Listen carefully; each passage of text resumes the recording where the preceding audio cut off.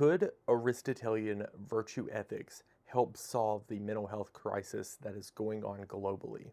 Hey, my name's Walker and welcome to Tradition and Truth, a place where we have philosophical and theological discourses in an academic-based platform. The goal here is to learn and grow, spiritually, mentally, whatever you want to call it. The goal is to grow. And today I want to talk to you about virtue ethics, specifically virtue ethics in relation to mental health. Over the past decade, issues such as anxiety, depression, and even suicide have been on the rise. And this is in despite of the fact that we have unprecedented access, according to previous decades that is, to therapy, psychiatric support, medications, and even digital health tools. The WHO, or the World Health Organization, shows that 1 in 8 people suffer from a mental disorder. But we can even look specifically at the United States and see that the CDC has shown a dramatic increase in mental health issues amongst the younger populations, and that is specifically to anxiety and depression. On the caveat to that, though, we can look at Moncrief's study in 2022, about 4 years ago. It was an umbrella study that really challenged popular psychiatric claims or psychiatry claims on chemical imbalances, basically saying like the modern science or modern engineering wants to claim, and I'll explain the engineering in a moment, but it wants to claim chemical imbalances are the cause of all of this, and basically we just need to treat the imbalance. And I'm going to explain why I don't think that's wrong, but I don't think it's right either. I really think that this crisis can be answered through philosophy. Let's look at the biomechanical fallacy. So modern frameworks in science wants to treat the human person as a biomechanical tool, a system to be regulated, if you will. So if something feels off, then they treat it as though the brain is basically misfunctioning. It could be hormones or some sort of chemical imbalance, or maybe even your brain's makeup is wrong. And so the response is to adjust the chemistry and optimize the results. If you're sad, here's an antidepressant. If you're anxious, here's a benzo of sorts or an antihistamine. And I'm not arguing the facts that these are useful tools, but I'm arguing more about how complete they are as a tool. Now, I think it takes a pretty common person to see the faults in this system. Obviously, the human person is made up of a biological makeup. So there are chemicals, there are hormones, there is subatomic particles and all these fancy things that we're just not going to get into in this video. But one thing that I recently had a discussion with a friend of mine from, and he said that modern day medicine is not a science as much as it's an engineering. And I tend to agree with that because when we look at medicine, the study of biology is science. But when we implement medicine into humans to treat an effect, it is engineering. So throughout this video, you might hear me use the term engineering, and it's going to be related to science, and it may sound weird to people who are not used to this concept, so forgive me in advance. So let's look at philosophy.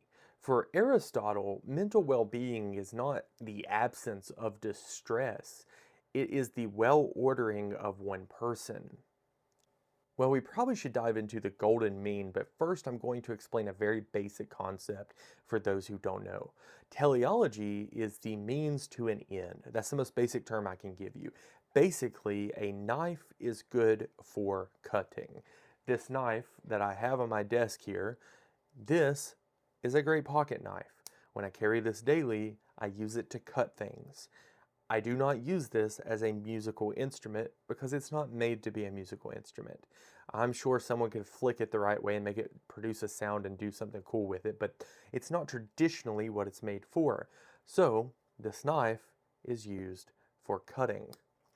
That being said, what are you made for? Now, the Catholic answer to this is going to relate to vanity or vainness, and that is looking at Solomon and his response to, "Oh, vanity, all is vanity."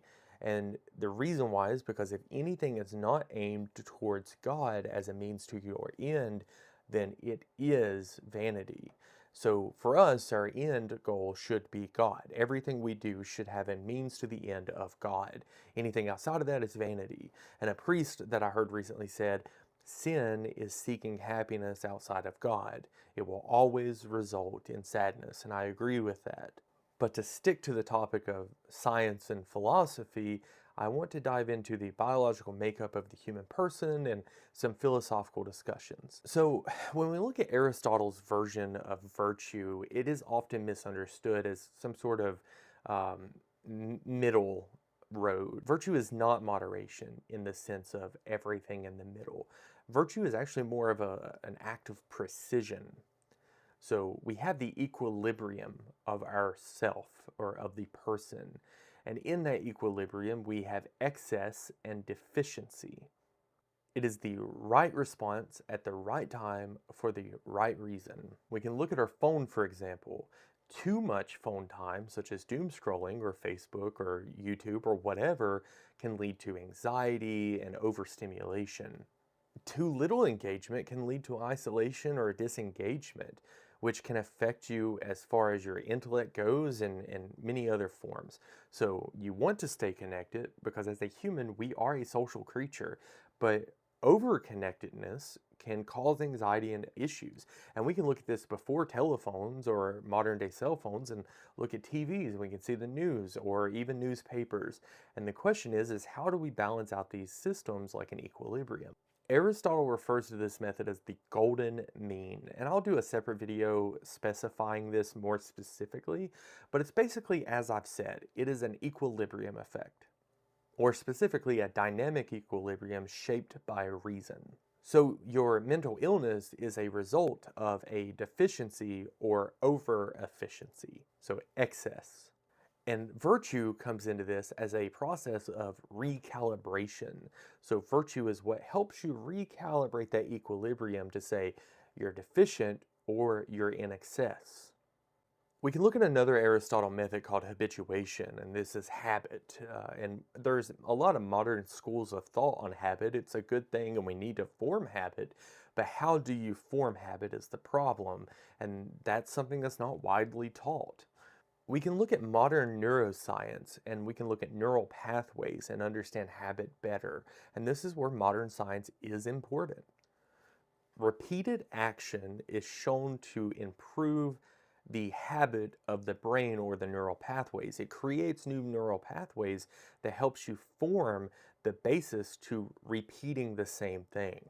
They basically create a pattern of response. When we look at it from this method, we can understand that your emotional life is actually not some sort of random chance of your chemical imbalance. It's something you have trained. What do I mean by that? You fall to your habits. And this is why quick fixes often fail. And so I'm going to go back to a caveman thought process here for a moment. So in primitive times, a man or a woman would hunt or gather. So the man would go out and spend hours in the field tracking and hunting and looking for, footsteps, fur on trees or markings, whatever he could find. It was a very tedious process. And then he would stalk the prey. And then he had to act. So he would hunt, whether by bow and arrow, spear, atlatl, whatever. He would use his tool to obtain his prey. There was a work involved before the reward system took over. The work was hunting. It wasn't easy, it was difficult, but the brain did it so much that it understood by the means of this work, good will come. And so it trains itself to say, this is worth the effort, because by hunting, I can now harvest and provide for my family. And so once you get that kill on that target or that prey, you suddenly get a dopamine release in your body. And this is often referred to as a hunter's high. Even today, when young men take their first buck, and even people who have killed bucks many times over, and we're talking to deer, they get shakes. It looks like tremors. This is a very common thing. And I don't know if this is like instinctive in our body or the fact that we understand the excitement that comes not from taking a life, but from providing. The same thing could even said for berries and nuts. When the woman would go out and gather, she would pick berries and nuts from the bushes and the trees and the plants. And whatever. And when you find those, you get a sense of dopamine release because the work that you put in is now going to provide. This is all survivability. It's your brain's ability to survive is what this is. However, today we have dopamine release at the tips of our fingers, and it is as simple as turning my phone on and scrolling through whatever means you want, TikTok, YouTube Shorts, Facebook Reels, whatever it is. I'm scrolling and I get dopamine hits. Every video is a dopamine hit on some level. Some are more than others. What work am I putting into that? None. So I'm training my brain to say, why would I work for dopamine when I have dopamine here? And so now I form a habit of saying, I don't need to suffer for anything. Suffering is a good thing. That's something we need to learn or even relearn as a society, as a global organization or organism. Suffering leads to good things. Why do I say that? Well, suffering leads to resiliency. When a person runs, you're training your cardiovascular system, your twitch muscles, your acidic compounds. Your body is saying, hey, I now need to work on making this more effective. So it eventually gets to where you can run longer and easier for the amount of energy you're outputting. And it's because your body trains and it builds when you're lifting weights constantly. When you're doing like an isolated bicep curl, your twitch muscles, your fibers of your muscles are tearing with every curl. But you get dopamine out of that because one, you look good and it feels good, right? Because you're releasing, you're getting blood flow, but also your body is training for that because resilience. All of that to say that virtue is basically a trained disposition over time. And so how do we form this? Well, we need goals. We need clear, defined goals in our everyday life. And this is implementing the virtue in our life. We can implement teleology by saying, what is our end? And so for me, it's God. For some people, it might not be, and that's okay. I can disagree on theological aspects with you all day long, but if you don't have a means to your end, you're looking at a nihilistic viewpoint, and eventually it's going to lead to depression and sometimes worse, suicide.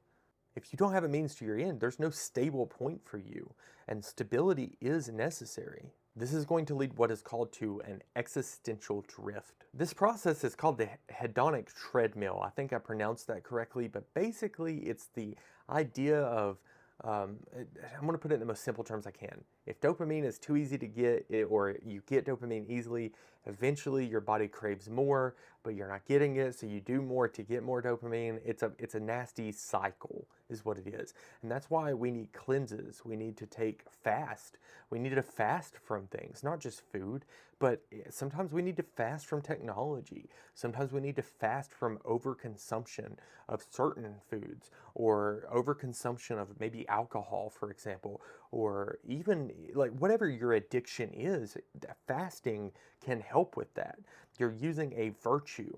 If something exciting becomes expected, that's when the body starts to train itself, and then you start seeking dopamine from a different angle. You could call this restlessness if you wanted to. There is a term for this called eudaimonia. We're going to do that in a different video, and I don't want to bore you too much here, but it's basically a life ordered and lived properly. I think the most basic term is a life well lived. So I'm going to end the video here, and I'm going to leave you with a philosophical thought. And this is my opinion, of course, so again, please share yours. Give the video a like. If you made it this far, please like the video, and then leave me a comment with your thoughts on this. But the idea is, modern psychiatric science has good means for engineering. It really does. I think that there are necessary pills that maybe need to be taken, especially for short-term benefit. If it helps you out of a panic attack or out of those suicidal ideations, whatever it may be, then good, take it. And I'm not a medical health professional. I cannot give you medical health advice, and I cannot help you in that method. So please seek professional help if you're suffering from any of these things. That being said, there is definitely a need for psychiatric medicine. There is. We can't deny that. And there is science to suggest that we have chemical imbalances. But the problem that I think is not being addressed is the psychological problem, where psychology does focus on the external methods that affect our internal organisms. So trauma can create PTSD, which can throw off a chemical imbalance. How do we treat that? Well, through psychology, you have EMDR therapy, and it uses means of virtue through therapy or therapeutic processes. And I think that those things are wonderful, but they're not widely known or practiced because our society, for some reason, pushes us towards medicine, I think is the right term, but it pushes us towards medicine. It doesn't really push us towards these solution problems. And some conspiracy theorists might even say that the pharmaceutical system is set up that way on purpose to make more money, and it's possible. But I think it's our responsibility to remember that it's not always about treating things through medicine. It's also about finding the issue that's wrong with us and treating the underlying cause so that medicine is no longer even required if possible. Virtue might actually be the thing that we require to help us. And so that's my encouragement to you is start implementing various means of virtue in your life. Start today. Find things you're struggling with and how can you fix them through virtue. Oftentimes that begins with self-reflection. Thanks guys for watching. This has been Walker with Tradition and Truth. I hope you have a wonderful day. God bless.